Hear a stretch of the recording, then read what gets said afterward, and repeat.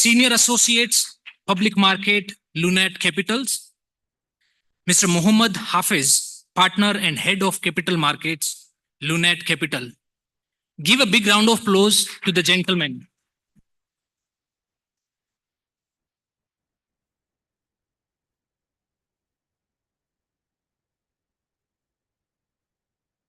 Over to you guys.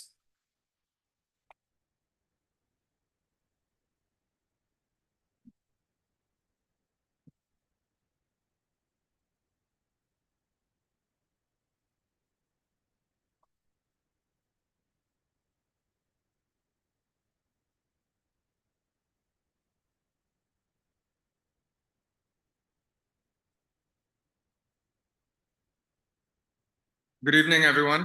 My name is Jay Lawrence. It's a pleasure to be with you.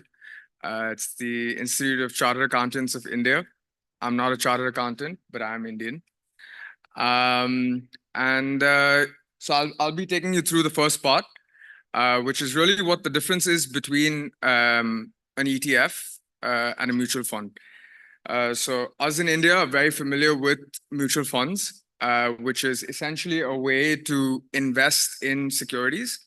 And generally what happens with a mutual fund is there's a fund manager that pools capital and then makes decisions based on their knowledge, their know-how, fundamental analysis, etc.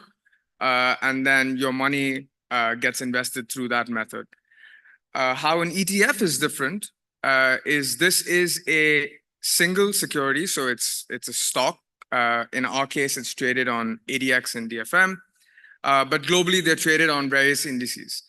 And ETFs have become extremely popular through the developed market space, especially in US, and that's for the advantages we're about to go through. The key advantage with ETFs is the transparency of the holdings and the liquidity of that one stock. So you can buy and sell each unit, if you want to call it that, on the stock exchange the ETF is listed on.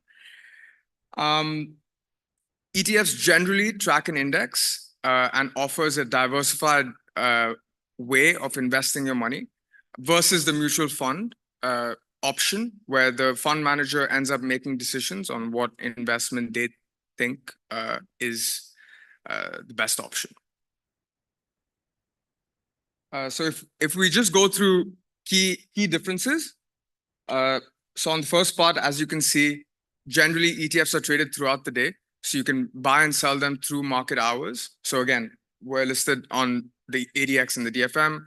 Market hours are 10 a.m. to 2 p.m.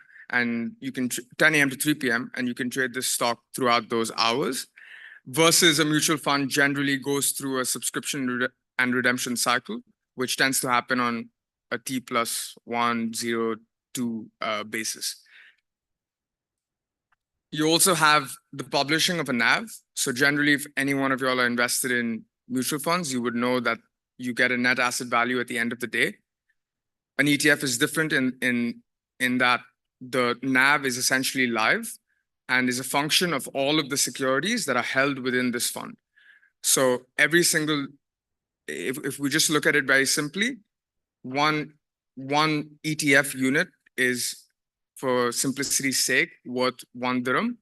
And if the index has 10% in Reliance, you know that 0.1 dirhams out of that 1 dirham is in Reliance. And that fluctuation of Reliance price relative to the actual unit, you can see live on the website. Both the transparency of the holdings, as I mentioned before, mutual funds tend to publish based on regulation. So often that could be a week, 2 weeks, sometimes a month, maybe even longer. ETFs generally publish more frequently. So this is usually at least on a daily basis. And with cost, ETFs are generally cheaper. So mutual funds, because they have an active management angle to it, so someone's actually making decisions, these are generally more expensive. ETFs are simpler in the way that it's simply tracking an index and tends to be cheaper than mutual funds. And finally, on the performance front, you know what you're trying to buy with an ETF. You're trying to make sure you're getting an index. So if you're tracking the S&P 500 in the US, for instance, the goal of an ETF is to match the performance of an S&P 500, versus with the mutual fund, the goal is to outperform, which is to do better than the S&P 500. But with that, obviously, comes the risk of underperforming the S&P 500. So I will hand it over to Sharif to get on to the next topic. Thanks, Jay. Thanks. So in essence, what the benefits of an exchange-traded fund is giving you the ease of investing in a diversified portfolio with one trade. So with one purchase order, you can have access to 30 stocks. And that's really the benefits of ETFs. They're easily tradable. The transparency, cost effectiveness, you can track the holdings of the ETF on a daily basis. You can track the value of the ETF on a constant basis as long as the market's open.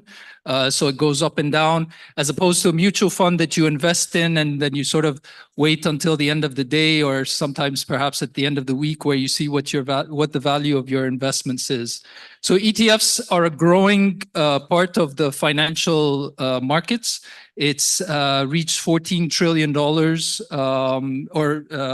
it's surpassing $10 trillion. I think close to 11 or 12 now, most of which is in the US. Obviously, India is one of the biggest markets globally as a market, and ETFs there have been a growing part of that market. I was actually just reading today that I believe it's the 22nd or 23rd anniversary of ETFs in India. The first ETF listed in India was in 2001. And for the next 15 years, the value of ETFs was $1 billion. And then all of a sudden, it shot up to now what is about $55 billion.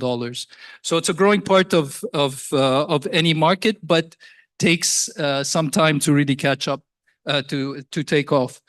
I think a lot of you will be aware of this. I don't have to go into too much detail, but it just emphasizes one of the few reasons that we've decided to launch an India ETF is the sheer size and growth prospects of the Indian economy, as well as the stock market. The Indian economy, fifth largest, projected to be the third largest by 2028. The GDP growth is expected to outpace both developed and developing markets. And while CPI growth CPI has remained at manageable levels. So from an economic point of view, the country is progressing at an immense pace, with quite a diversified economy as well.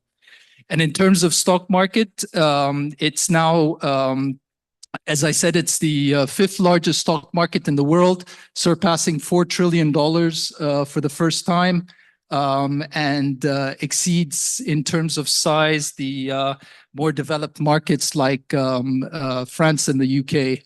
And of course, as many of you know, that I'm told a lot of Indian nationals invest in the stock market, and so as a lot of you would know, that the stock market continues to go higher, and it's one of the best performing in terms of a stock market, and the outlook for the market itself remains very positive. So that's on the economy and on the stock market. So the India ETF. So this is our 13th ETF. We currently have 12 exchange-traded funds listed on ADX and DFM, 10 of which are listed on ADX and 2 on DFM. Our strategy has been to help develop the ETF industry here. It's a slow work in progress, but it's something that will take time. As I said, You know, in India, it took 10 years, 10, 15 years for it to really take off. In the US, it took 5, 6 years for it to take off. And it's a normal course for a new type of financial product that a lot of people have a hard time grasping. But so we do have 12 ETFs. We have a number of countries that we cover. Most recently, we launched a China ETF, China Sharia ETF. And so our India ETF is the first that we're launching this year. The official name is the Chimera S&P India Sharia ETF. So the index that it's tracking is an S&P index. It's a distributing share class. That means it will be distributed when available, when there's income from the constituents. But the dividend yield in India is on the low side. It's currently at 1%, so it's not a very high dividend. In the ETF itself will provide investment returns before fees and expenses that reflect the performance of the index. So the main objective is really to closely track the index. The index itself is the India Sharia Capped 3520. It's made up of the 30 largest, most liquid Sharia compliant stocks listed on the Bombay Stock Exchange.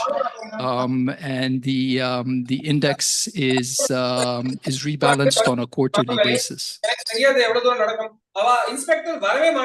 The structure of the ETF, the service providers. So as I said, it'll be the 10th fund under the Chimera umbrella fund, and it's regulated by the UAE Securities and Commodities Authority. The index provider S&P Dow Jones, of course, Lunar Capital Investment Manager, the custodian, global custodian BNY Mellon, regulator and stock market, ESCA and ADX, legal advisors and Sharia advisor because it is Sharia compliant. So we do have a Sharia advisor that produces a Sharia certificate on a quarterly basis to ensure that it's remains Sharia compliant, and the auditors are Deloitte. This is a snapshot of the index as it stands as of the end of December. So the index market cap is $1 trillion. The implied liquidity is $650 million. So that's the maximum that you would be able to trade on a single day. So that's and PE, of course, is a trailing PE, a bit on the high side given the performance. But given the growth expected, the PE should come down a little bit. But of course, given the fact that the market itself is all-time highs, there is the PE is somewhere in the mid-teens to low 20s. And as I said, a low dividend yield, given the high performance of the market, the dividend yield is on the lower side at 1%. Some of the top holdings in the fund and the index: Reliance Industries, Infosys, Tata Consultancy, Hindustan Unilever, and HCL Technologies, which I'm sure all of you will be aware of. The sector allocation, high percentage to IT, and that is a reflection, reflection of the economy, given the importance of IT, given the growing importance in IT in the Indian economy, but also given the fact that it's Sharia compliant. So you have the banking sector. There's no banking sector in the fund.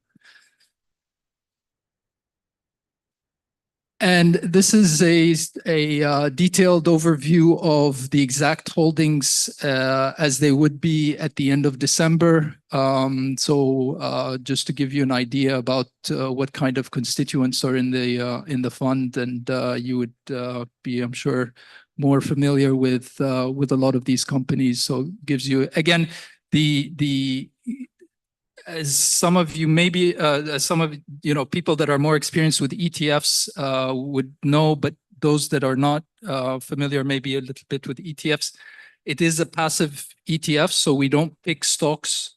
These are stocks that are in the index, and so what we do as ETF managers is we exactly replicate whatever's in the index. So there's no qualitative aspect to the constituents. It's purely based on their liquidity, on their market cap, and the fact that they're Sharia compliant.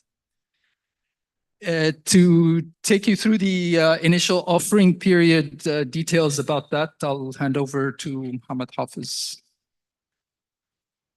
Just check. Okay, so I'm actually here in order to explain the fun part out of the ETF and the IOP. I hope that it's not be boring. So before going to the IOP, I just want to first go back to this one. So the first ETF that we launched was in 2020. And we said that we are going to get the best service providers in order to have the robust structure for the ETF. And we thought that it's a big industry in the world. It was at that time $8 trillion. So we said we will go with the first ETF. We'll make sure to get the best S&P Dow Jones as the index provider, one of the biggest in the world, BNY Mellon as a global custodian, also one of the biggest in the world, regulated by ESCA, listed in ADX, and legal advisors, Norton Rose, and Deloitte as auditors. So we expected our first ETF actually to grab a lot of attention. And we thought that once we launched the ETF, we'll find huge inflows coming to the ETF. And this was not the case, unfortunately. So in our first IOP, I remember that we managed to get around $500,000 only on the subscription. And it was actually a big shock at that time for us. And we started to talk to people who are actually experts in the ETFs in on the other part of the world, and they told us about their journey that Sharif just mentioned, that it actually took them years in order to build the industry out there. And they told us actually part of this journey is to educate the investors, to educate the public about the ETFs, about the benefits of the ETFs as a passive approach rather than going and trying to seek alpha. And we started the journey of educating, and then we came with another ETF, and we found good pickup because we went from 2 million dirhams, $500,000, around $500,000, which was translated into 2 million dirhams. And the second ETF, we got 23 million dirhams. Third ETF, we got around 70 million dirhams, which was Saudi at that time. And in Saudi was the first, I think in the region, with the first ETF to be listed in one of the regional markets, tracking another market. At that time, you will find in our market, for example, I will talk only about our market. At that time, we had UETF, Sharia UAE ETF, which was conventional, and both of them listed in UAE and tracking UAE. So we didn't give the accessibility. We're just giving the approach, the passive approach to track the UAE market. But when we went in 2022, yes, in January 2022, with the Saudi ETF, this was the first time in the region to list an ETF tracking different market from the listed market. And then we realized that now we are offering also accessibility because it may take some time in order to set up an account abroad. It may take some time to transfer money abroad. A lot of hidden fees can be in that. But with the Saudi ETF, you are just tracking Saudi from UAE, from ADX, with your local investor number, with your dirhams. You are just buying it and sending it as a share, as a shares. So we found out that we are actually providing accessibility. And then we started with Chadex. We gathered around 220 million dirhams, and then the AUMs start to build up. At that time, also, when we started our first ETF, the turnover was almost dead in 2020.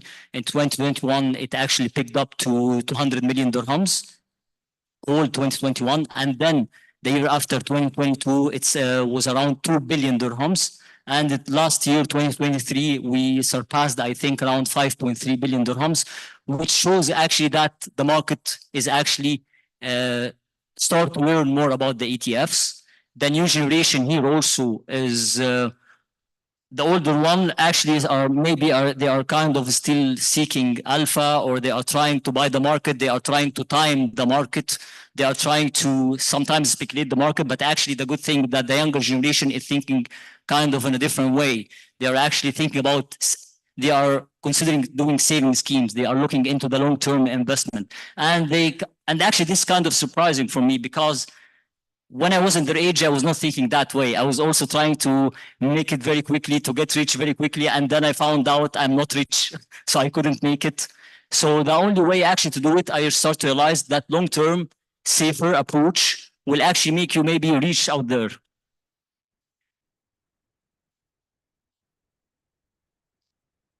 So the IOP for the India Sharia ETF, it will open on the 12th of Jan, and it will close on the 17th of Jan. The listing will be on the 26th of January. And again, you can you can trade it exactly like a share, like a stock, because also we are getting type of question that how can we buy the ETF? Most of the people think since it's a fund, they are looking at it as a fund, so they are contacting us directly in order to buy the ETF. They think that they will transfer money to the fund manager, but it's not the case. Actually, are trading it completely like stock through your brokerage company, through your investor number. The fees are exactly the same as the regular share. And also one of the positives that we managed to get through listing in EDX, listing this ETF in the EDX, is that the discount that happened in the commissions from the EDX side. I remember in the past it was 50 basis points. This was a very long time ago. And then it went to 27.5 basis points in order to buy a share. Now it went down. I'm talking here including all the fees, the brokerage plus the markets plus all the regulators. So it now stands at 15 basis points. This is the regular commission, and will be the same also for the ETFs. So you can subscribe through one of the authorized participants on the ETF. Currently, we have 6 authorized participants and 3 market makers.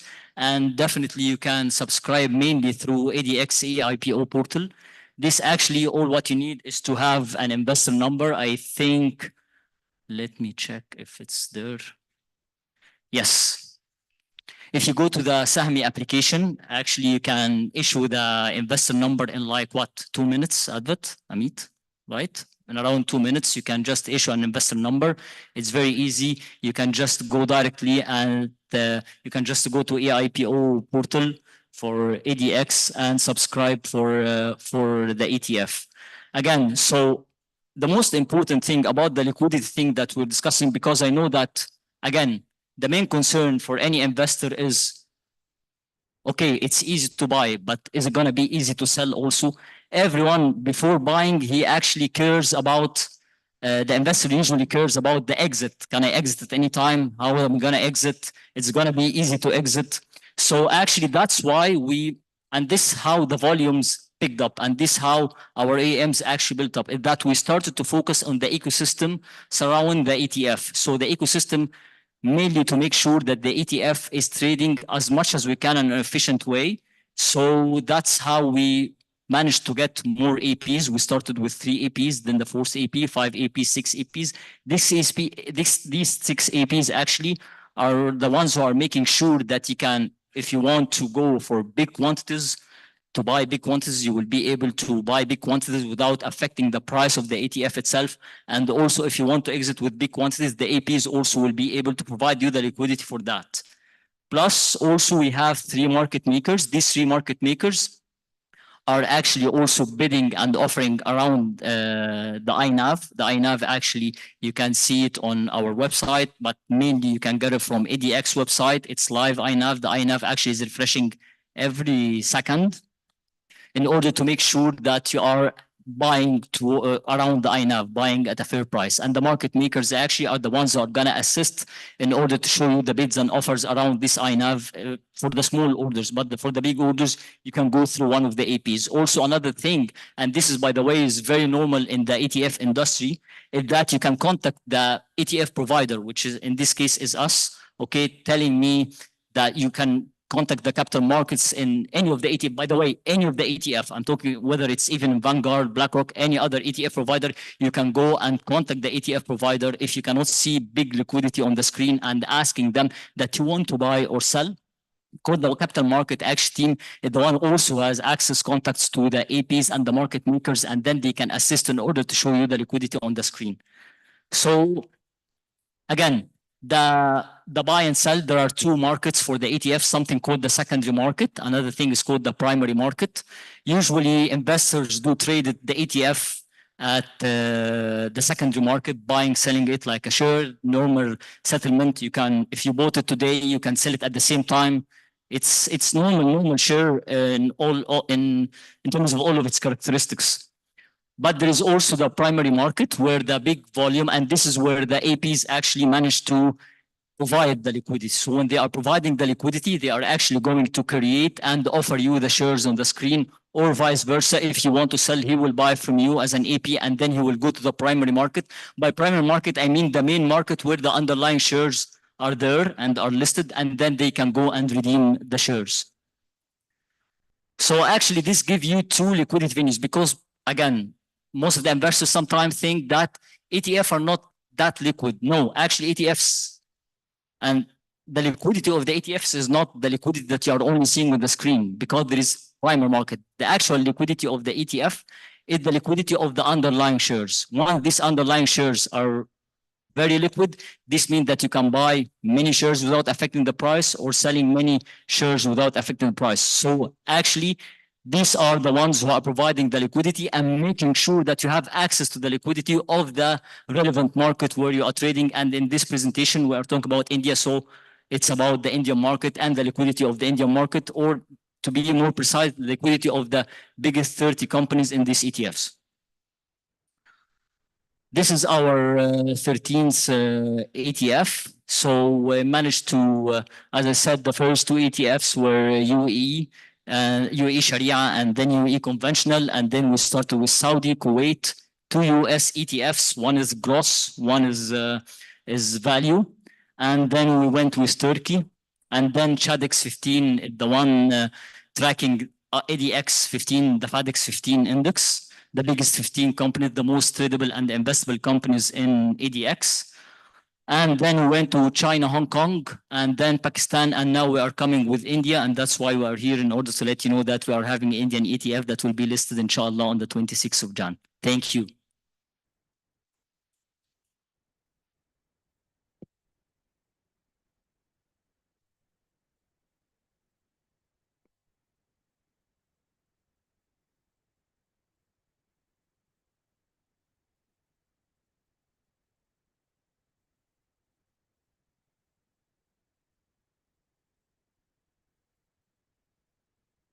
Thank you very much. We have some questions here. First, we'll allow the audience here to ask questions.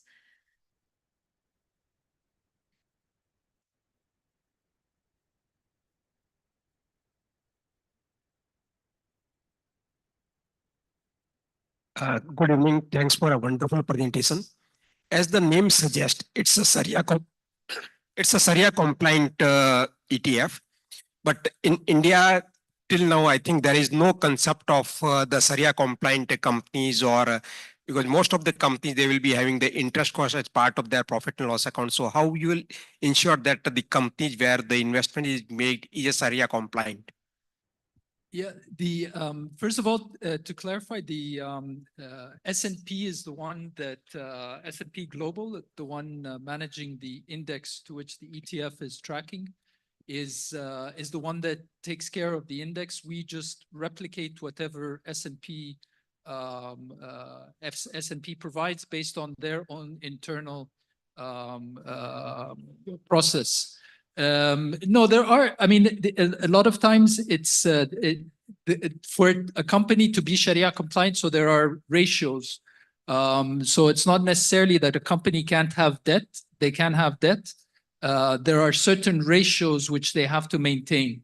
So as you saw there, currently there are enough to produce a 30 stock index of Sharia compliant names. So all those stocks currently in the index are Sharia compliant based on Sharia criteria that the Sharia board of S&P Global have gone through and verified as being Sharia compliant. And then over and above that, we have our Sharia advisor, which again takes a second look and makes sure that these stocks are Sharia compliant. Hello, can you hear me? Yeah, currently in EDX we have 10 ETFs, mostly from Chinar only. The volume traded is very low. How we can ensure that the liquidity is ensured? Okay, so again, as I mentioned, that when we started our first ETF, actually the volume that it was we were almost in vacuum, nothing in 2020. And the 2021 volumes picked up to 200 million, around 227 million dirhams. 2022, around 2 billion dirhams. Now around 5.3 billion dirhams. And these are the volumes actually in the secondary market only, right? So that's why we have, as I mentioned, we have currently 6 APs and 3 market makers to make sure that there is liquidity for any of the investors who are actually wants to buy or wants to sell, always to make sure these are through the APs and also the 3 market makers who are bidding and offering on the screen in order to guarantee the liquidity. So the 5.3 billion dirhams in 2023, again, it's a progress. It's a progress, huge progress, to be honest, in only 3 years. And I'm expecting also this could be, I don't know, maybe it will, I hope it will at least double this year. And this would be amazing to see a 10 billion dirham trade value on the ETFs. But again, this is only on the secondary market, and the primary market also is witnessing another volume. So the APs and the market makers will always provide the liquidity in case you want to buy 1 million, 2 million, 3 million, 5 million, 50 million, 100 million. The APs will be there. In case you want to sell the same at the same day, also the APs will be there. Because at the end of the day, they are not taking anything on their books. They are just, I don't want to say the word as a transfer agent, but they are actually, you want to sell, they will take it from you, they will buy from you, and then they will just go and sell it in the primary market. So they can accept or can digest any liquidity or any volume or any size you want to buy or sell. Hello, hi. So usually the price of ETFs are live tracked to the stocks or whatever you have invested in. So this buy and sell price in the ADX will be determined by the same, whatever you have invested in the other net value of these assets, the value, stock price of these assets, or how their price are determined, buy and sell volume. So I just want to understand about the price AJ in secondary markets.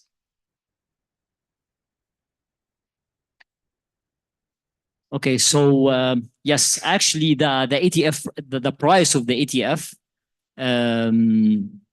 you're looking into 2 things, the INAV and the NAV. Okay, so the INAV is, the NAV is the net asset value. The net asset value we usually release every day by end of trading day, towards the end of trading day. We know the net asset value. The net asset value is, we are getting all the shares inside the ETF with their weights, with their current prices, all right? And this actual net asset value is giving you the average, not the average, the actual value of these shares inside the ETF. It's worth, for example, let's say 3.7, right? And afterwards, during the trading session, there's the stocks in Indian market will start to move, right? Will start to go up, some will start to go down. Here we will go and check through the ADX website, something called INAV, which is indicative net asset value, which is live during the session. It shows you every move. As I said, actually, it refresh every second or maybe even less than a second. So the INAV actually is showing you the real value, okay, of the ETF. Sometimes you will be able, sometimes, and this we are now, since we are actually, especially me, actually, since I'm actually kind of sitting in front of the screen, monitoring the INAV, monitoring what's happening in the market, sometimes you will have a chance to buy at a discount of the INAV. Okay, so for example, the INAV is 3.7. Someone decided to offer at 3.68, which means that you can buy at a discount of the INAV. Sometimes you will find another one is bidding at 3.72, and you are having some ETF shares, and you will be able to sell at a premium. But most probably, the market makers are trying to make the ETF trades around this INAV to make sure that you are buying around the real value of the ETF.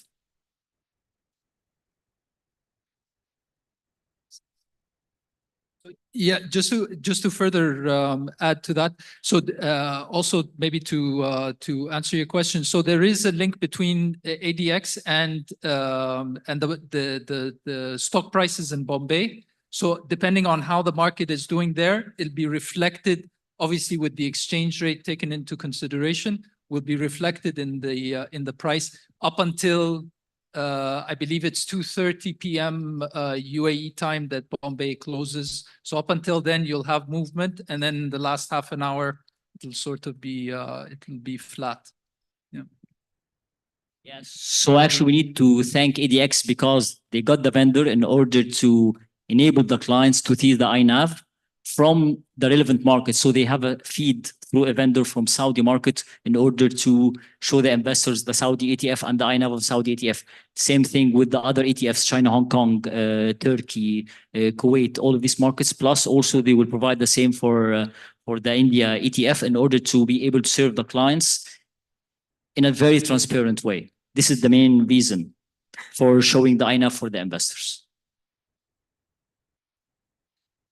Hi, good evening. Yes. Hi. You know, a lot of Indians here and a lot of Indians, of course, here also have exposure to ETFs directly, you know, through our trading platforms in India. How does, you know, I mean, what is the benefit for somebody to buy the ETF, you know, on ADX? And how does the expense ratio compare with directly, let's say, buying a Birla Sun Life asset management ETF, you know, of India as compared to chimeras? Okay. So why should you buy the ETF in ADX? You need to pay back, right? It's the country that you have been located in. No, I'm joking. The reason is that why buying here? Because first of all, it's easier. It's more accessible. You will not need to make any transfers. I'm quite sure that sometimes when you make the transfer, there will be FX involved and all of the things.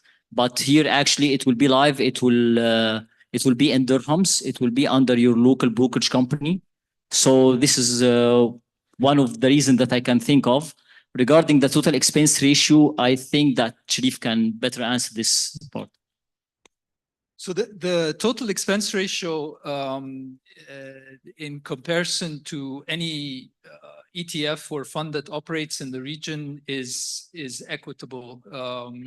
The cost of doing business in the Middle East is much higher than in the rest of the world, just because of the fact that the Middle East stock markets are a lot smaller. So you know, having someone like BNY, one of the biggest custodians in the world, that handles billions and trillions of dollars of assets around the world.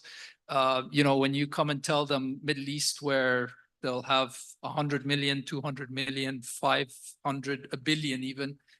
For them, the cost of doing that business is the exact same cost of them doing the business of $1 trillion. So obviously the costs are higher. The people that, the institutions that want to do this business here are limited, so the competition isn't high. So it pushes up the price. So in comparison to possibly an ETF you would find in India, it is higher. But interestingly, I've looked at all the foreign listed ETFs that give exposure to India. So these are ETFs in the US, the UK, all around the world. And all their total expense ratios range anywhere between 0.5% to about 0.8%.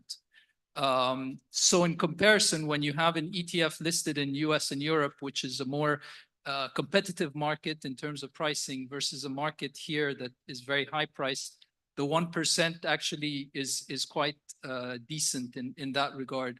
I think 1%, when I first came here in the UAE, I worked for active asset managers, and I think at the time we were charging 2.5, and that was just management. That's admin. In addition, you have admin and all that other stuff. 2.5, you can't charge that today. And it's all a function of competition and increased providers. So basically that's what it is. And again, it's 1% all in. I mentioned with a mutual fund, we charge management, and then you have admin and registrar. This is not the case with this. It's 1% all in. You don't pay anything else. So that's, yeah. Thank you for the presentation. I think this is a great initiative, and I think this is we've been also getting a lot of inquiry from the family offices in the region that how to get access to Indian market and which is Sharia compliant.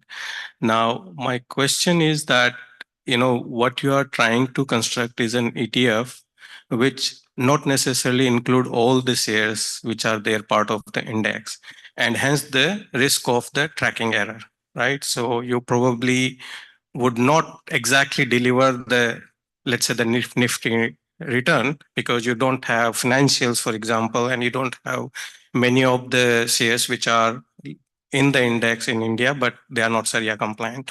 So have you backtested this strategy to see how much is or what is your tracking error? Let's say if you use the same sort of the screening to create a Sharia compliant portfolio, which you have created, if you do it 20 years back testing, what is the tracking error?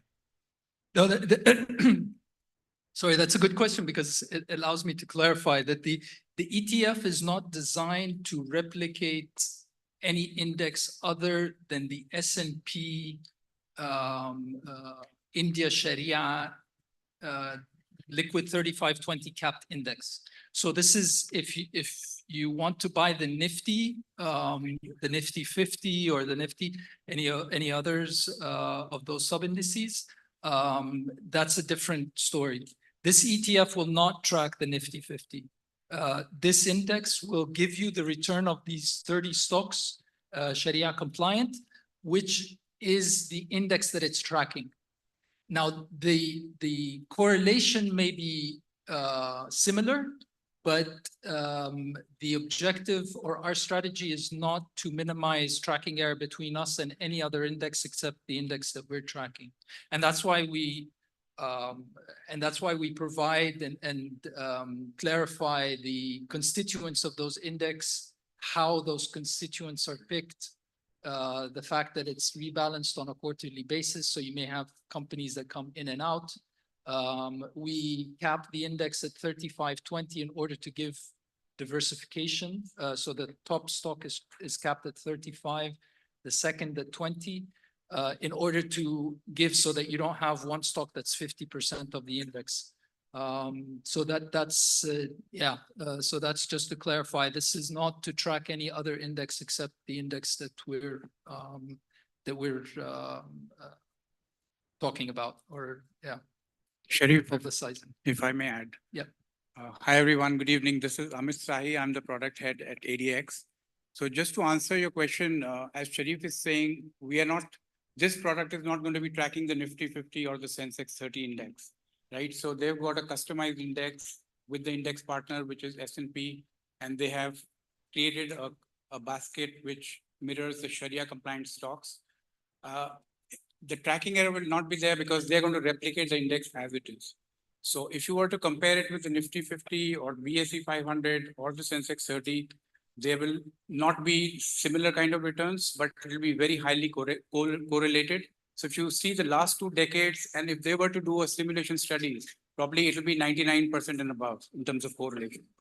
Secondly, the question that was asked on why you should be investing here in ADX and not in an India ETF listed in India, it's very simple. If you are going to track the market at a macro level, if you're not an individual stock trader, it makes sense to put your AED earnings here as savings. You will not have to pay tax. It's very, very simple. If you're going to send money and buy an ETF in India, you will be subject to, how many layers of taxation are there in India, right? So that's another one. The third, on the liquidity of the ETF. The ETF as a product is the biggest innovation in the financial markets. The first ETF was launched in the year 1994 based on the S&P 500 index called the SPIDER. It is still one of the largest ETF. And since then, the financial market has not seen that kind of an innovation. And the beauty of that product is that it gives you simply the ability to have a diversified exposure at a very low cost. So people who are not active traders, but are investors and seek to diversify their investments into different markets can utilize, ETFs like Chimera. Lunate has got a basket of 10 ETFs giving exposure to 7 different countries, different markets. And this basket is going to increase over a period of time. So sitting here, you can have investment into, part of your investment into Saudi Arabia, part of investment into India at a macro level, right? That's the beauty of the product. And liquidity is not an issue at all because the liquidity is not based on the ETF pricing that you see on ADX, but on the underlying stocks. So Reliance, for example, or Infosys, Wipro, HCL Technologies, Hindustan Lever, these are infinitely liquid stocks compared to what liquidity we are talking about. Thank you. So this is the slide I had. So this is the index that the ETF that our ETF will be tracking. This is the S&P BSE 500 and the Nifty 50, and it shows the returns from 2008. So you see there is correlation, but then there's a break somewhere where, for some reason, obviously some stocks or some sectors that were not in our index were in the BSE 500, in the other 2 stocks, possibly financials, because both the other 2 went up while the Nifty, while our index was a bit lower in terms of returns. But then you'll see, so there is difference between the 2, but you'll see that in general, they're moving together. But obviously, the returns will be different. And the part of the investment is, you can diversify, and having the diversity of investing in these 2 sorts of products or these 3 sorts of products will give you all types of returns that, when combined, will give you a much better return. Whereas if you invested in one. And again, this is, so the index, so the total market cap of the S&P 500 BSE, 3.9 trillion. Our index only covers 1 trillion of it. So it's 26% of the total BSE market cap. Hi, quick 2 questions for the team there and maybe 1 question for ADX. With this depressing slide to say that I will be much below, if I'm a pure play investor, I would say, why should I put my money here? Number 2, what's the asset under management for all the ETFs put together? Sorry, well, we're not selling any sort of active management where we're saying this is a better index than the other index. We're just comparing because a lot of people know much better the Nifty 50 and BSE. So we're giving an indication of where this index, the sort of performance that it would show in relation to the others. If you were somewhere here, you would have probably been better off in the Sharia compliant index because it had a much smaller fall. So I mean, markets, you're buying the market. Yes, it's a smaller part of the bigger market. But then again, for investors here, a lot of them, Sharia compliant is an important aspect. And at the same time, you're getting exposure to IT sector, which is a big part of the Indian economy. In terms of assets under management, currently we have we crossed over $200 million. So this is since we launched in July 2020. And as Hafiz mentioned, we started off with 500,000. We've had some ETFs that had huge inflow and huge interest, while others not so much. But yeah, that's the 200 million. You had a third, or is the third for ADX? The third is for ADX. So passive investing is always supposed to be a low cost investing, and you put in your savings every month for the next 20, 30, 40 years. It's a good initiative by ADX, but the cost is exorbitant, right?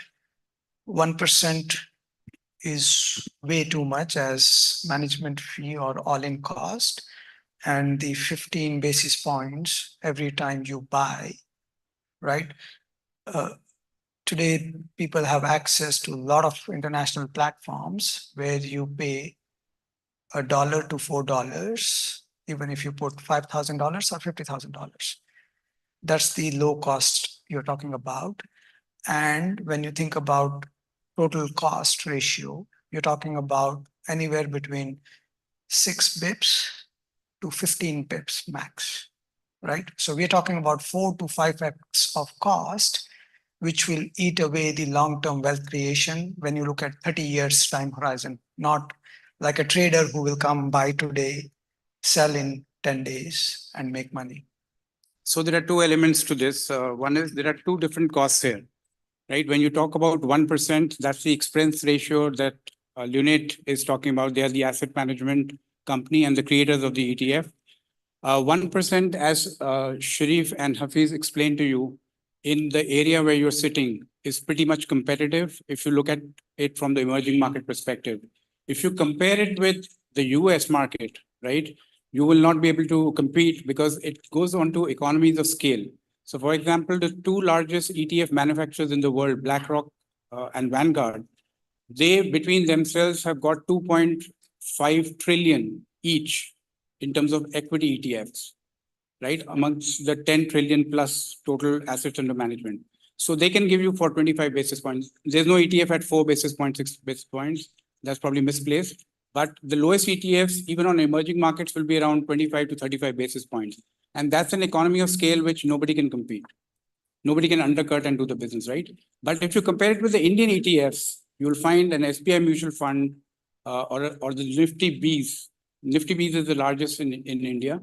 And its expense ratio is still 75 basis points. So 25 basis point extra for a product which you're getting offshore, right, without any taxation is not too much of a compromise in terms of cost. Second point, coming on to the ADX costs, our costs have come down from 50 basis point, which Hafiz was giving you the history because he was heading one of the brokerage houses, and he has seen the history of evolution of the markets out here.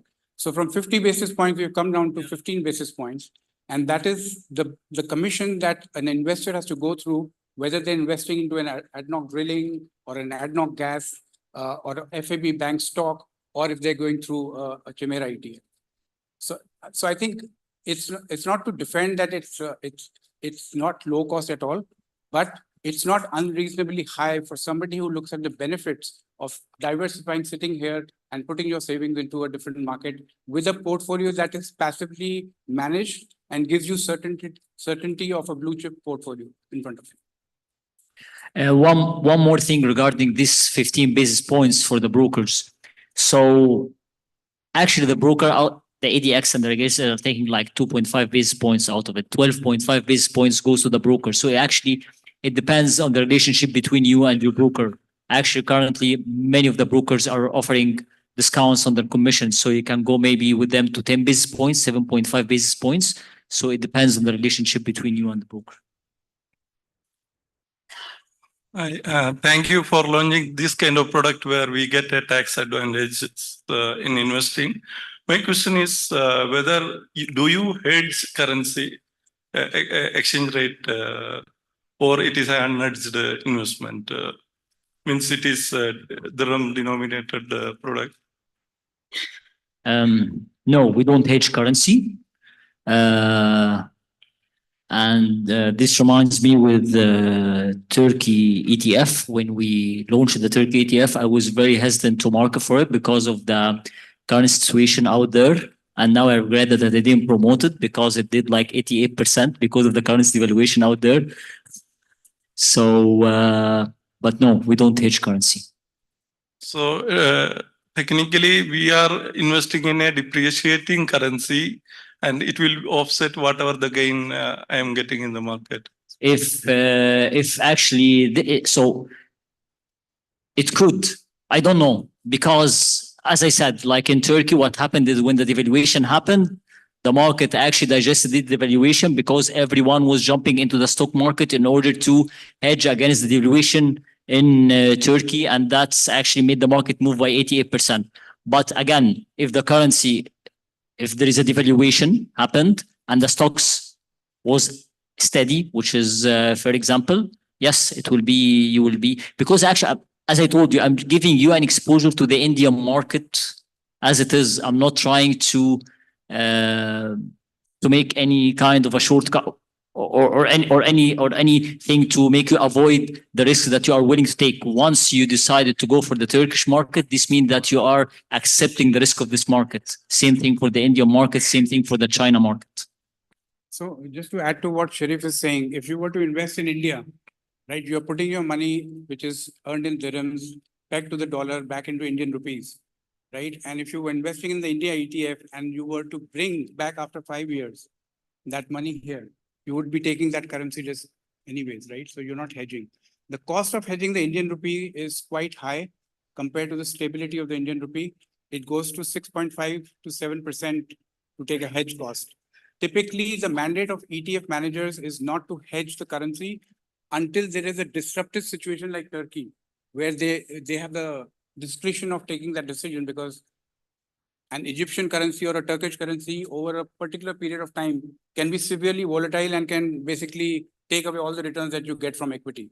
But the purpose of the Indian ETF here is to piggyback on the economic prospects of India, which are expected to grow above 7% for the next 10 years.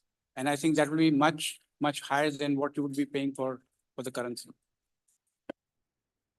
Thank you. In the interest of time, we'll just take 2 more questions, which we have received online. Mr. Vineet Dhanuka is asking, how much is the exchange impact? Is it the real-time interbank rate? Forex rate, Forex.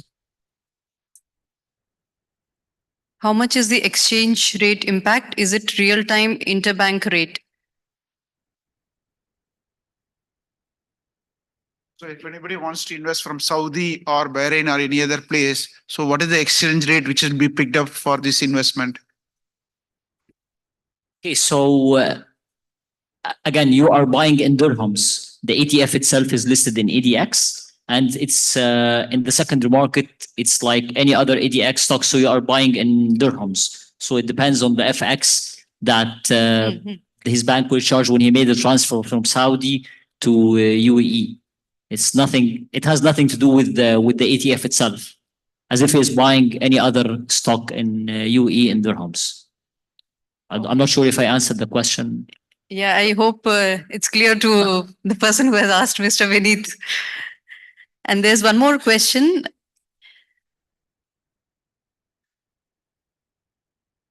This is from Mr. Mohan Krishnan. How do we invest in Chimera India ETF? Again, so in order to participate in the IPO, you just need to Sahmi application, which is an ADX application in order to issue an investor number. Once you issue this investor number, you can go and subscribe in the IOP. I think that Mr. Abid actually would better answer this question. Yeah, hi, I'm Advait Marathi from ADX. I look after the IPOs. And as far as India ETF is concerned, what you can do basically is you just need to have a NIN number of ADX. And what normally happens in an ETF is you need to at least put in an amount of 250,000 for an ETF. But what ADX is doing this time, it's allowing individual investors to invest in ETFs, even if it is as low as 5,000 dirhams. So basically, what you can do is you can apply through the ADX e-portal. It's available on the ADX website. And what happens in an e-portal is you can have an account in any of the banks in UAE. And what you do is when you invest, you put in an amount of money and you just give the account number. What you do is you get a virtual account number, you transfer the money to that virtual account number, and that money is then taken up for the ETF. For this particular ETF, other than ADF, we are also allowing 4 banks, VO Bank, Mashreq Bank, FAB, and Al Maria Bank. So you can invest through these banks as low as 5,000, and you can participate in the ETF. Thank you. Yeah, thank you. There are 3 more questions which I'll just read out together. Mr. Lokesh Ahuja is asking, how do you determine exchange rate between Indian currency and AED? Mr. Vijay Soni is asking, what is commission range for day trader who buys and sells on the same day? And Margil Thakkar is saying, so only no tax benefits compared to Indian markets is what we can gain. That is also subject to cost and exchange rate benefits also get along with time. Okay, let me answer them backwards, okay? Yeah. Okay, so regarding the tax thing, so this question is for EDX. Do you guys charge any tax on the secondary market trading? So there is no tax on the secondary market trading. In ADX, no taxes. If you are buying and selling in the secondary market. Yeah, this is regarding the tax thing. So no taxes actually is charged here in EDX. The other question was regarding. Yeah, the day trader, actually, I don't know. So it depends again on the broker that you are dealing with. What they are usually charging, 15 basis points. But again, it depends on the relationship that you have with the broker. Maybe they can go and make you an offer discount like 10 basis points, 7.5 basis points. It depends on the relationship between the investor and the broker. Last thing is regarding the exchange rate between the dirham and the NRI. So the daily pricing, the INA, is that the pricing? I believe that's based on the pricing direct. No, pricing direct. He wants to know the live prices on the exchange. Yeah, when it's the INAV. Yeah, but who calculates the exchange rate? Direct FN. Direct FN, who are the price providers for ADX. So they're the ones that have the setup with Bombay Stock Exchange. They do the FX. They use, I believe it may be Reuters FX, which is they do it on a live basis. And again, that's why it's called an INAV. It's indicative net asset value. So it's an indication. It's not. It is not it's indicative. It's not the accurate NAV at the end of the day. The NAV at the end of the day is calculated by BNY Mellon.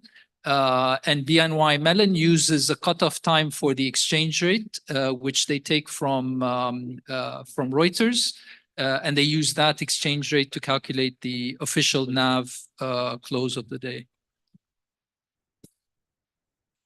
Thank you so much, gentlemen, for informing all about the ETFs and also patiently replying to so many questions today. Really appreciate. Thanks a lot. To present the mementos, I request CA John George, CA Krishnan, and Mr. Advait from ADX to please come on the stage.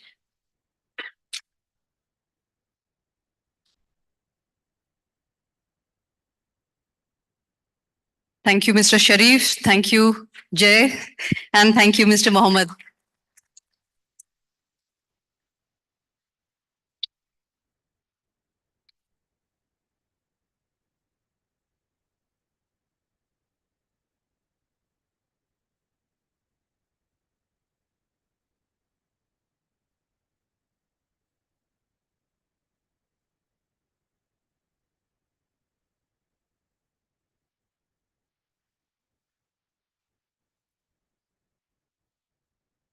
वो बदल दो नहीं हाँ image हाँ. Thank you very much for the wonderful presentation. Thank you, Mr. Mohammed Hafiz, Sharif, and Jay. And I think we had a detailed discussion about the upcoming ETF. So you can invest in India stock market sitting here, saving tax. At the same time, getting the gains of Indian stock market. As long as Indian currency is depreciating, I think it's a good investment option where after 10 years, you have a stable, appreciated currency plus tax saving. This is my thought. I think we all have a passion for stock market, and we all are doctors for finance also. You have your own ability to how to see the investment. Thank you for your wonderful presentation. And today's event, actually, it's been joined by various overseas chapters, including UAE. So we have Bahrain chapter. Thank you to the chairman, CA Sthanamurthy. And thank you for his support for all technical Zoom connection. He has arranged wonderful support for all the live streaming of Zoom. Thank you, CA Sthanamurthy. I know you are listening to that. Thank you very much. And from Doha, we have Viknesh. Thank you, Viknesh, the chairman of Doha chapter. Dubai chapter, CA Hari. Thank you, Hari. I am reading in the name in alphabetic order, not in any, just to read the names in alphabetic order. Fujairah, CA Dawal. Thank you. From Jeddah, CA Omar. Kuwait, CA Rabin. Thank you very much, Rabin. Russell Kemma, we have CA Pramod Jain. Chairman is also attending the event. From Riyadh, we have CA Mayur. From Eastern Province, we have Ms. CA Chandra. Thank you all the chairmen of overseas chapters joining this session. I hope this is a wonderful knowledge for everyone who is even working overseas to utilize this opportunity. I am not taking much of your time. Today, we have announced the 35th annual international seminar. It's scheduled on January 27, 28. So I just request, how many of you registered for the annual seminar, please? I think so far very less. There's an early bird. So please utilize this opportunity to register for the annual seminar. I'm requesting CA Krishnan, Vice Chairman, to come on stage to talk on the annual seminar, please. Good evening, everybody.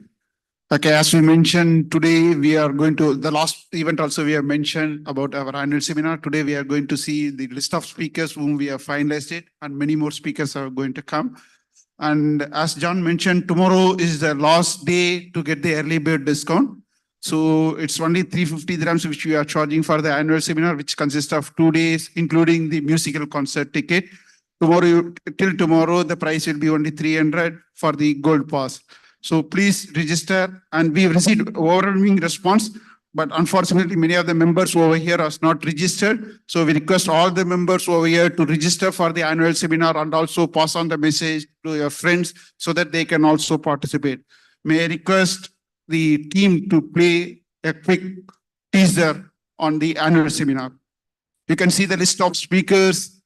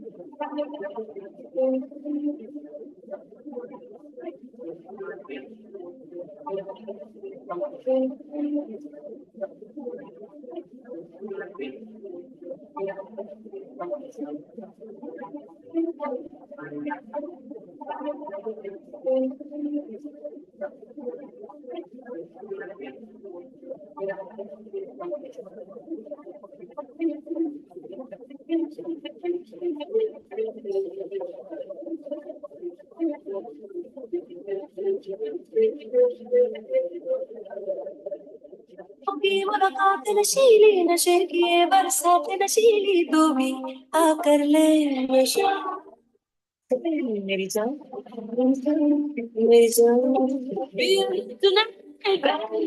रात भर बात करनी तू मेरे साथ चल दिल से खड़ा है क्या तू जाने क्यों यारे यारे यारे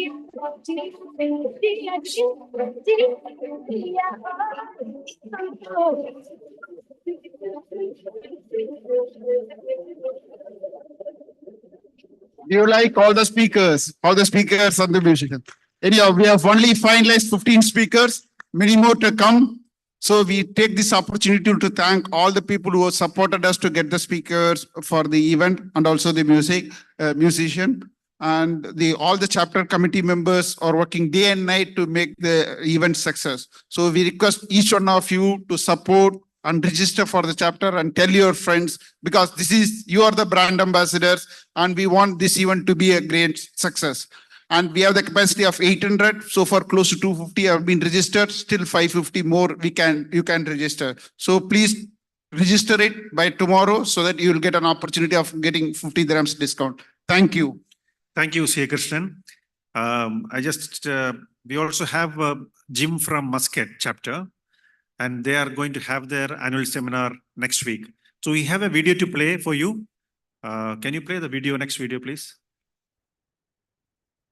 نصبت الصواري ومدت الأشرعة إلى شبه القارة الهندية، أبحرت السفن العمانية، مخضت عباب البحار عبر طريق الحرير البحري، ناسجة العلاقات التاريخية والثقافية والتجارية منذ قرون، لتتوثق شاهد عيان بنت عليه سلطنة عمان وجمهورية الهند تواصل وتعاون البلدين قيادة وحكومة، وتسمو بالترابط التجاري بينهما إلى أعلى غاياته، موجها بوصلة العلاقات لتبقى عبر الحقب الزمنية وثيقة وطيدة. تعددت الفرص، رست بأوجه التعاون إلى ملتقى الاستثمار العماني الهندي المنتظر، جامعا الشركات العمانية والهندية لاستكشاف حقول الاستثمار الاقتصادي، وتحقيقا لمبدأ التنوع في القطاعات الاقتصادية المستدامة، والذي تتطلع سلطنة عمان في تحقيقه عبر رؤيتها رؤية عمان 2040. يقام ملتقى الاستثمار العماني الهندي بتنظيم مشترك بين غرفة تجارة وصناعة عمان ومعهد المحاسبين القانونيين بجمهورية الهند، ويهدف إلى استقطاب وجذب الاستثمارات للسلطنة، كما يعطي المستثمرين الفرصة لاكتشاف القطاعات الرئيسية وهي التعليم، الطاقة، التعدين، السياحة، التكنولوجيا، الأمن الغذائي والرعاية الصحية. ICA Muscat chapter is representing Institute of Chartered Accountants of India, which is the largest accounting body in the world. In Oman, we have more than 700 Indian chartered accountants who are working either in the industry or in various companies when it comes to investment advice. ملتقى الاستثمار العماني الهندي يرحب بالتجار والمهتمين في 20 من يناير من عام 2024. As a member of Oman Chamber of Commerce and Industry, I like to invite all the investors from India, in Oman and across GCC and across the globe to attend this event and make successful to improve the business in Oman. فاتحا نوافذ التشاور والتعاون بين سلطنة عمان وجمهورية الهند، واعدا بمستقبل صاعد وفرص استثمارية أرحب. ملتقى الاستثمار العماني الهندي.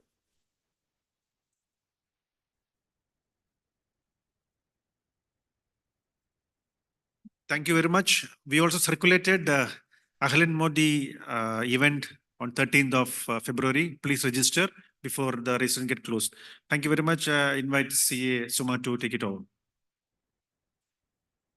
Thank you, John. We really look forward to you all registering for the annual seminar and enjoy the event. Now moving on to our second speaker, Mayank Bhasin. He is the Senior Key Account Director from eBury. Please put your hands together for Mayank.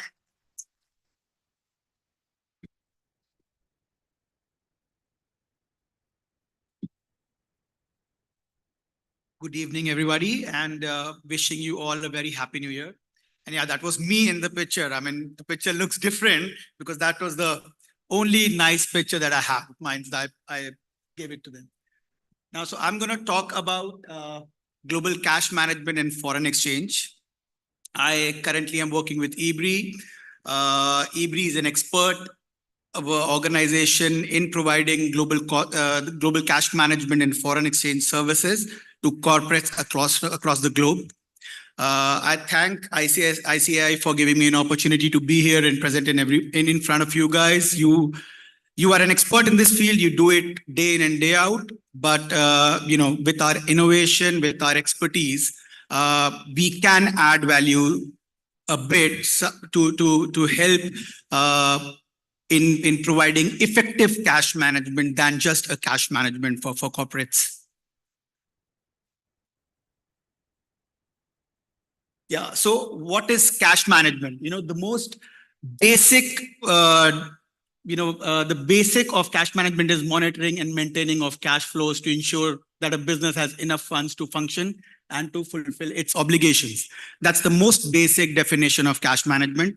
But for EBRI, we don't term cash management as global cash management. We term it as effective cash management. So now what is effective cash management?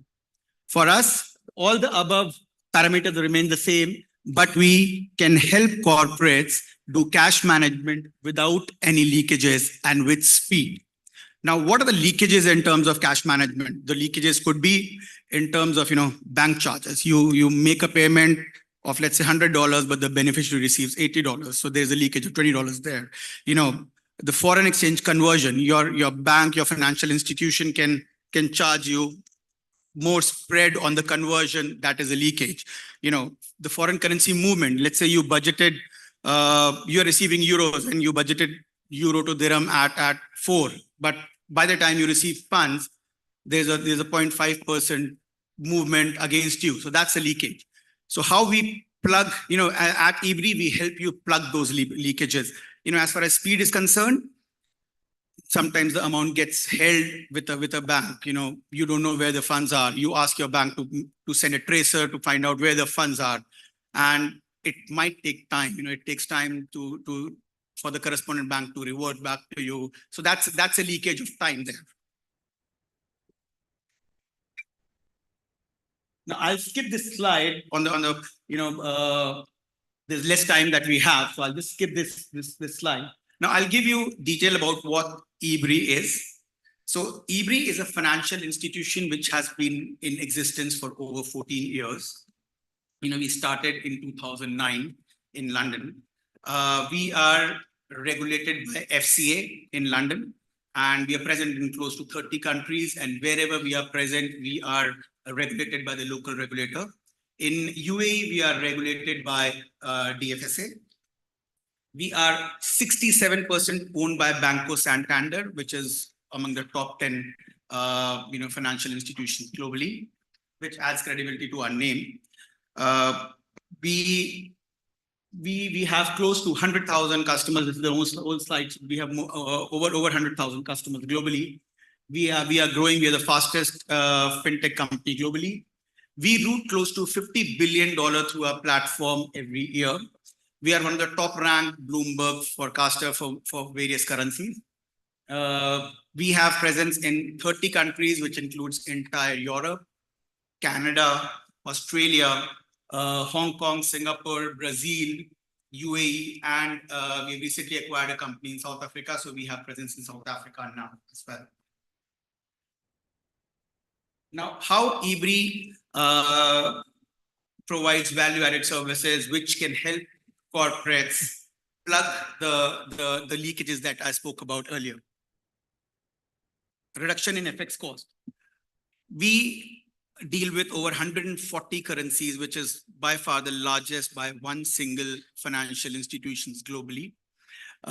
We can reduce your cost of FX. Specifically, I'm talking about G10 currencies. I don't think the banks here can compete with us. We are very, very competitive. Now, how we generate our liquidity is just like a corporate goes to a bank, we also go to a bank to get our liquidity. But because we are present globally, we have over 30 liquidity providers which we pick and choose. Like, let's say if we are looking for Latin American currencies, so we go to banks who are strong in Latin American currency, and you have seen the kind of flows that we do. We can ask for very fine pricing from them, which we pass on to our customer. Now, risk management is a very, very important part. I hope most of the corporates here hedge their foreign currency risk. We go a step ahead and we hedge your foreign currency risk without blocking your working capital. I mean, depending upon the financials of a company, we can offer a 0% credit line to a corporate against which they can hedge their foreign currency risk. We recently did a $180 million euro-dollar hedge here in UAE, where we gave a 0% credit line where the customer doesn't have to place any deposit with us, and they can hedge the foreign currency risk through us. We offer forwards, window forwards, we can offer NDFs, and we can offer options. Some of the products are not available in UAE. In UAE, we are offering only forwards and window forwards product. Otherwise, in other geographies, we are allowed to provide NDFs or options as well.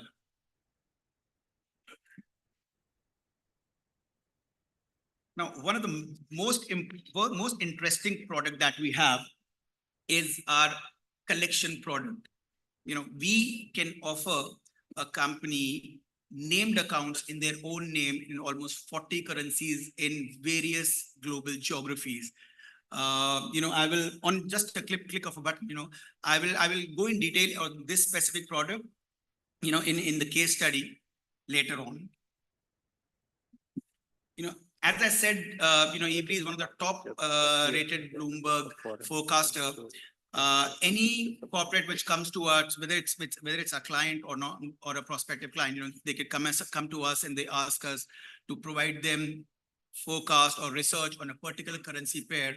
We can go back to our research team and ask them to do a research, and we can provide you a forecast or research paper on that particular currency pair free of cost.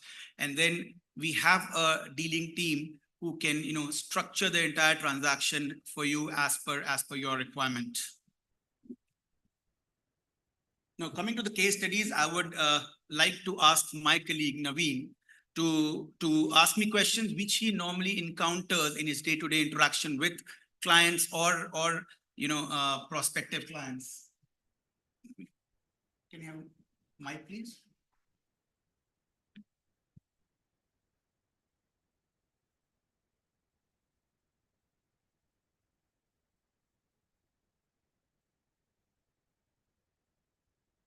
Good evening, everybody. Thank you, man, for the wonderful insights about the practical solution. So I'll ask you a question which we together from the special UAE-based businesses. Let's say we are the practical exporter of special challenges and we can risk like in UK and Germany, where the receivables are in GBP and euros respectively. It takes 2 working days for us to get the funds in our account. How can we do that? Okay, so in this particular case, the exporter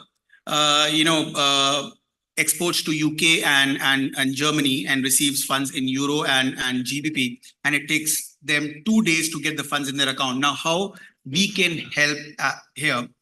EBRI can provide the UAE-based company a euro and a GBP account. The GBP account can be based out of London, and a euro account can be based out of Germany, where they are exporting.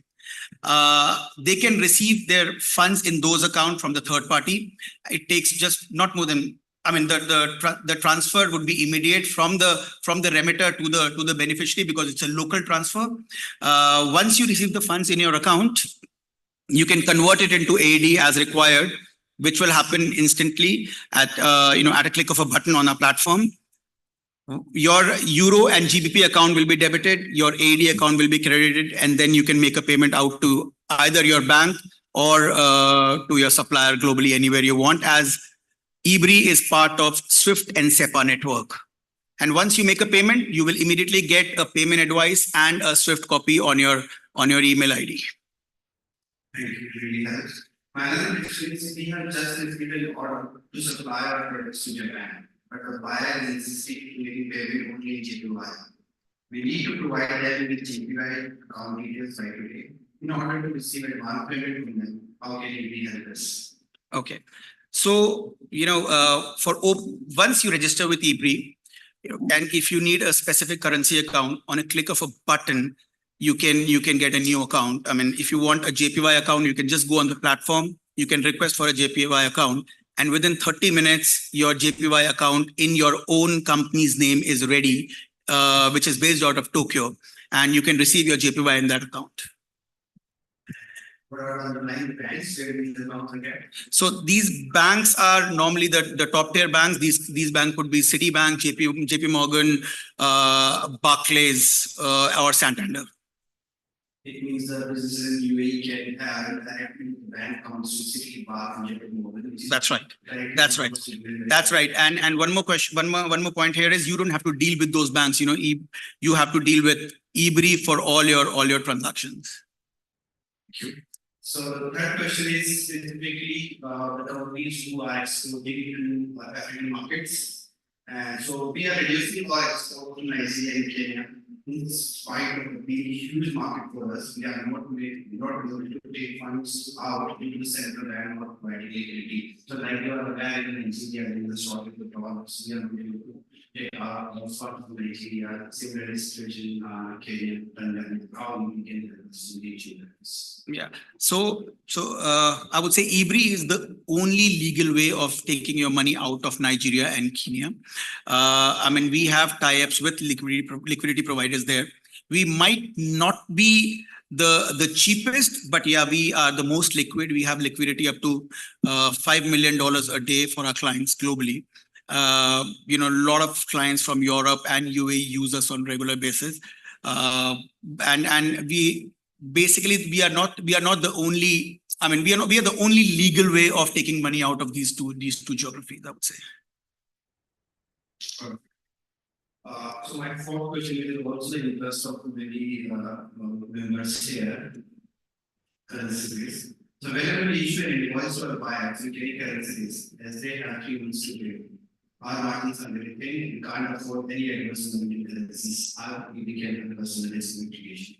Yeah. So as I said earlier, eBree can give credit lines to customers, depending upon your financials. That could be a 0% credit line, where you don't have to block your working capital, and you can hedge your foreign currency risk. We have the capability of hedging up to 5 years if the company has a view, but normally our customers hedge it for 6 months to a year. As I said, we deal in 140 currencies, so we can deal in any of the currencies present. Thank you. Any other questions from anybody here?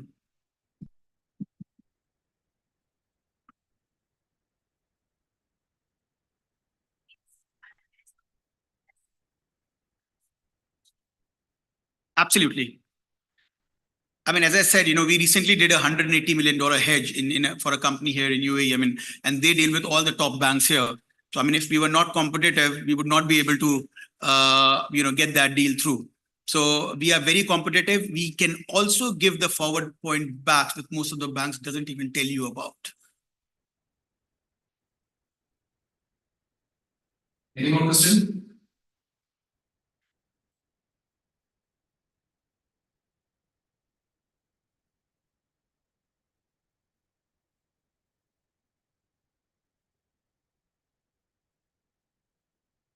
Hi. I have an account in UK for $3, and I have an account in UAE in dirhams. Bank charge default rate when I make a transfer from UK UAE account. Does your company help with this? You're talking about the individual account you're talking about? For company. For company, yes, of course. We can give you a dirham account as well as a GBP or a dollar account in London, and I'm pretty sure we can help you in the foreign currency conversion rate. We will analyze your spread that your current institution is charging you, and we can provide you a better rate for sure. I mean, we're very, very competitive, specifically in G10 currencies.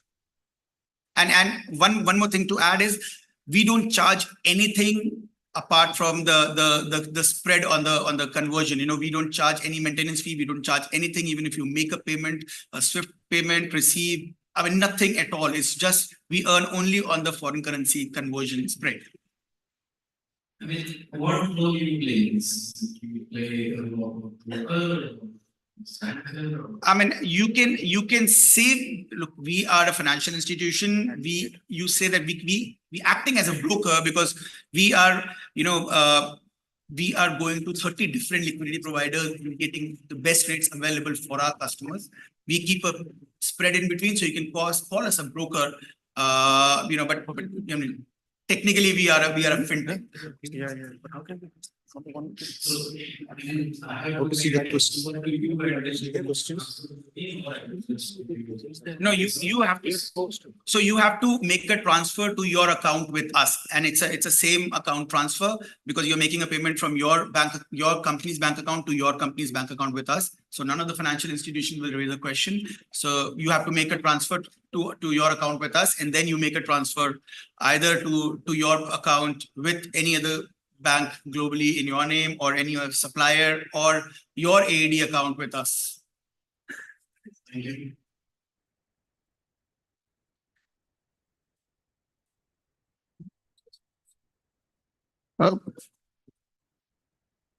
I'm not able to hear you, sorry. So the process is not a broker to have a say you will open an account with the bank, maybe. Can somebody speak from the bank? I only one more. Yeah, because your bank somebody speak on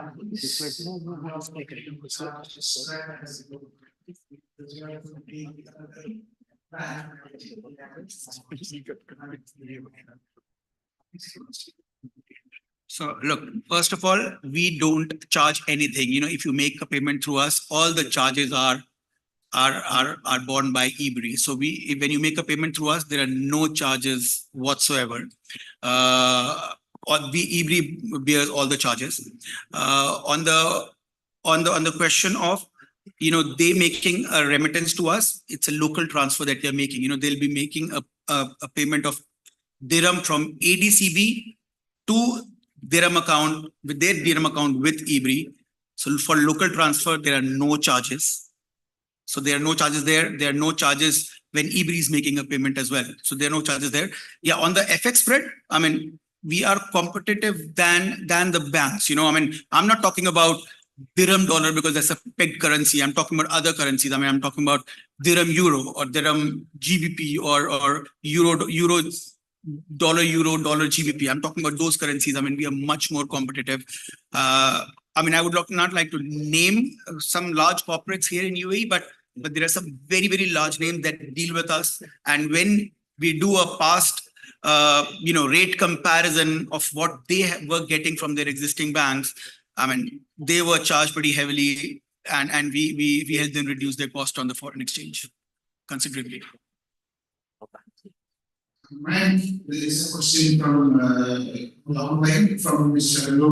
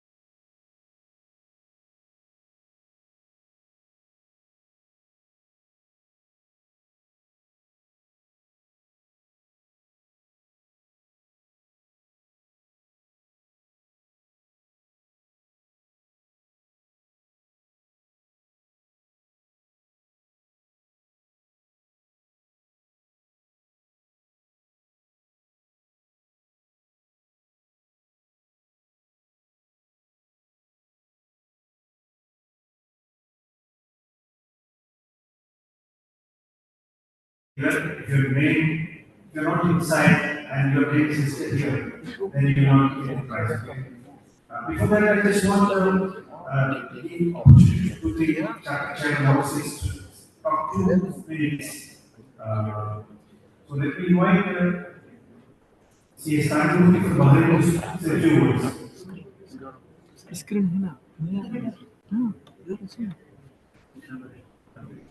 Good evening, everyone. Thank you for giving me this opportunity to speak.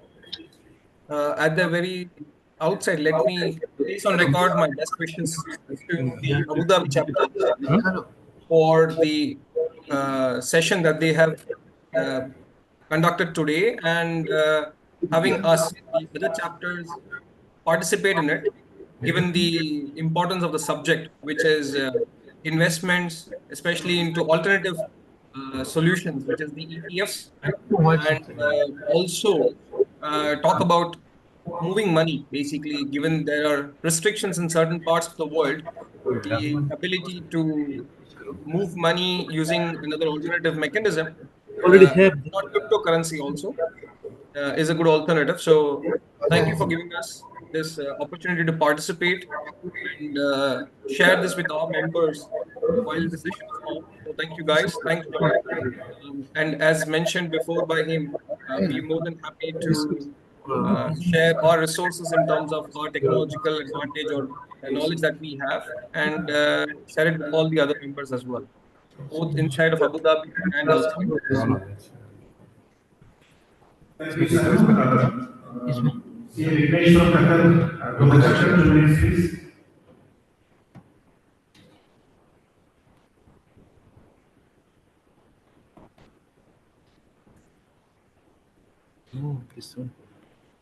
Power pen use किया ना वो तो power pen open करना चाहिए power pen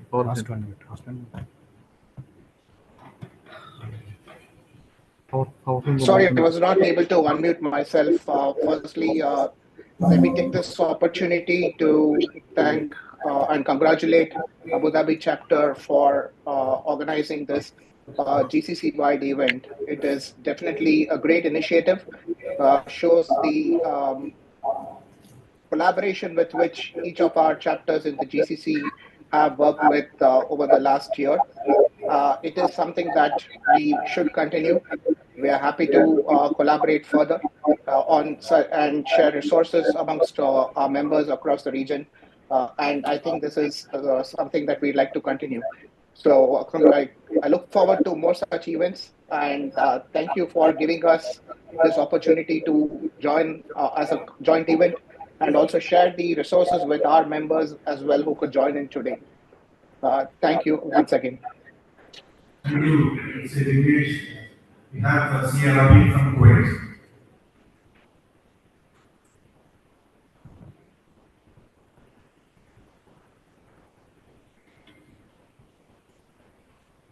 Good evening, everybody. Good evening, and thank you, Abu Dhabi chapter for inviting us to this event.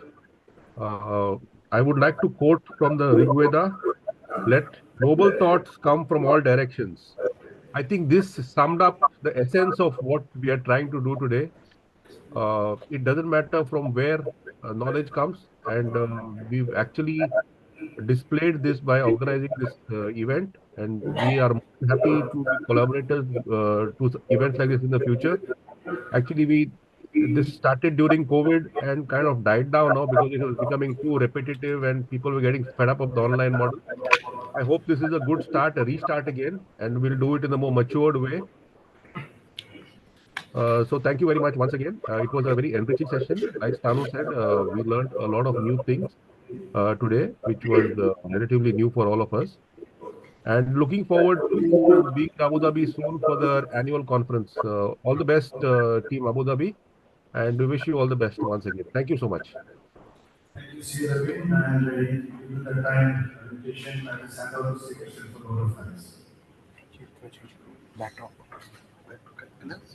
I'm Krishnan, Vice Chairman of the GCC chapter. It's my pleasure to be one of friends today. Today we have session. We have Thanks a lot Mr. Mohammed Hafiz, Sharif Salim and Jay Roberts for the wonderful on the ETF.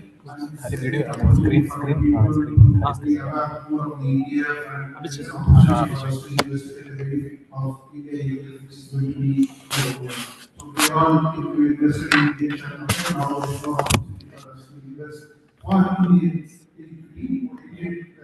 funds over here. Thanks a lot, CM, for the wonderful session on the how to use the effectively the cash flow. So simply game changer, and I think many of companies are using it. They believe this to be a great opportunity for members who are present over here to maximize their maximize and take the benefit of saving the exchange or on the conversion rates. Okay, now I take this opportunity to thank all the sponsors for the support for this event. Without their support, even this management is not possible. I also take this opportunity to thank CA Thomas, CA Suma for arranging the event and coordinating all the speakers to have a flawless event together. And also I take this opportunity to thank all the overseas channels and members who are also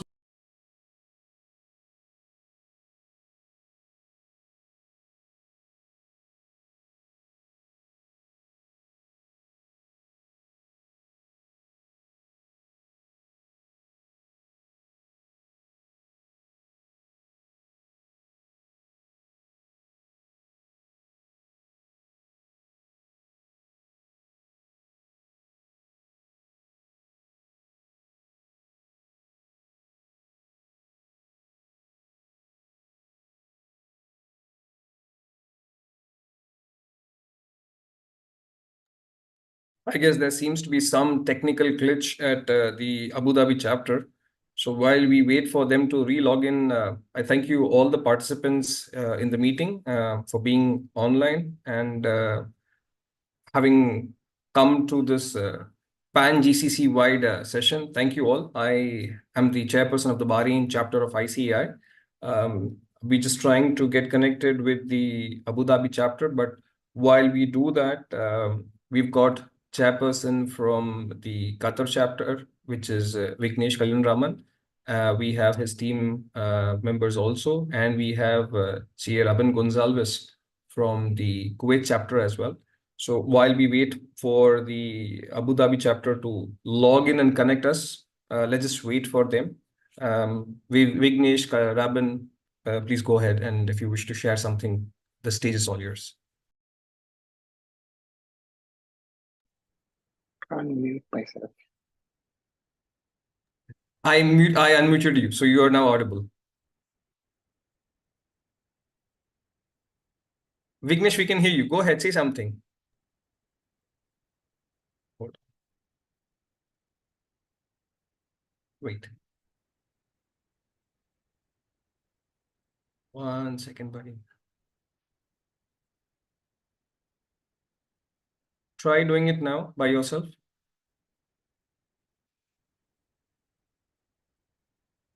Just give me a sec.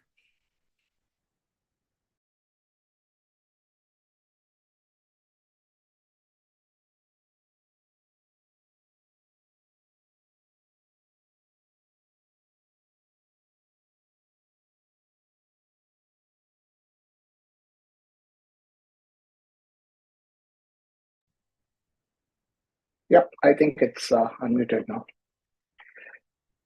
So finally, anyways, thank you all for joining in today. Just as I said, this is an initiative that was that just came about, and it was a great initiative by the chapter as well. It's something that we were thinking about for quite some time. Gives us an opportunity that all members of the GCC can benefit from such wonderful sessions that are so informative. So we'll continue this, as I said before, and to see how we can generate more interest in this.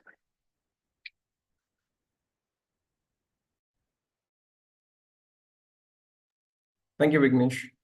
Rabin, would you like to share something? Yeah, sure. Thanks, Tanu. I think this collaboration, like what we were talking about at the conference we met the last couple of months, is finally bearing fruit. So it's nice to see that despite it being a short notice, we managed to pull this off together on a working day. That is also another first for us. So I hope this continues, and it's nice to connect with fraternity across the Middle East. I think we are becoming a big block now, like how India is setting We up are the its own- G11 or the G6, whichever way you call it. Exactly, GCC. exactly. So I hope this goes forward, and looking forward to collaboration and cooperation in the future. Thank you everyone for attending as well. I think we have CA Chandrasekhar Jayaraman, the chairperson of the Eastern Province of Saudi Arabia, also online. Chandra sir, if you wish to go ahead and speak a few words and share your camera as well. Hello. Yep. Good evening, Stanu. Good evening to all. It is though it's a very in a short span, could be able to see a lot of people who have been joined today, and I think it's as Robin and others have said, it's a start for us. I think we should continuously have some programs, jointly, so that we get enrich our knowledge across over there on this. Thanks once again for the initiative, Stanu. Thank you very much, everybody. I think there seems to be some issue at their end, and it's going to take some more time. Any which ways, we have come to the fag end of the session. So on behalf of all the chapters, I would take the liberty of thanking all of you here and wishing you all a happy new year and a great year forward and a good night. Take care and all the best to you guys. Good night. Goodbye.